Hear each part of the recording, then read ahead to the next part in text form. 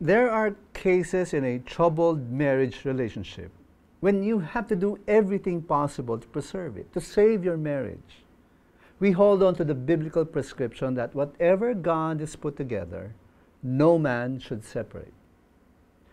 But there are nearly hopeless cases when the adulterous spouse, who in most cases does not really believe in God and His moral laws and does not fear God, and he or she persists in sin, no matter how much pleading and persuasion had been done to stop him or her.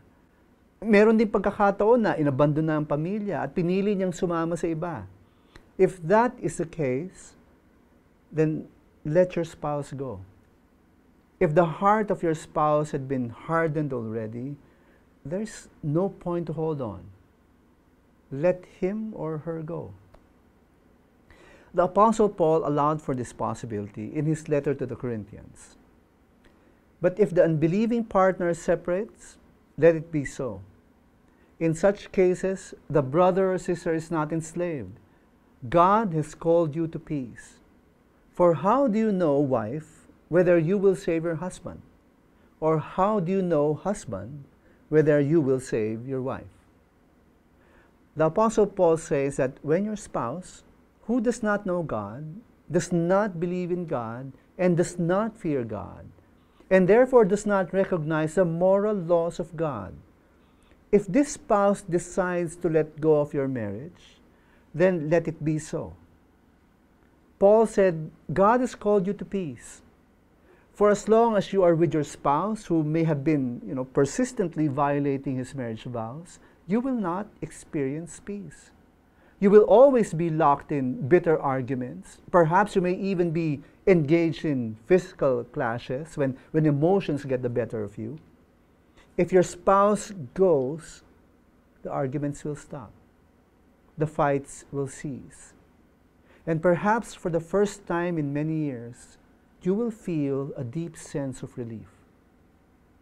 If your spouse has been preventing you from flourishing as a person, from growing as an individual, from blooming as a gifted and blessed human being. And if your spouse is really bent on leaving, then let him or her go. God will not take it against you. You need to heal from the wounds that your spouse has caused you. You need to preserve your sense of dignity and self-worth. Being stuck in a bad relationship may prevent you from finding healing. Perhaps this is the opportunity that God is providing you for a fresh new start, for a new lease on life, unencumbered by the burden of an erring spouse. Current Philippine laws do not allow you to get married again, though. We do not have a divorce law, and the annulment process can be very expensive. You cannot get involved with another person, of course, or else you will be guilty of adultery yourself.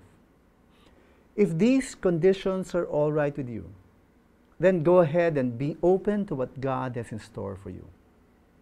The Lord will take care of you and your children. You will survive. The Lord will help you back on your feet, and He will help you to flourish even in your difficult situation.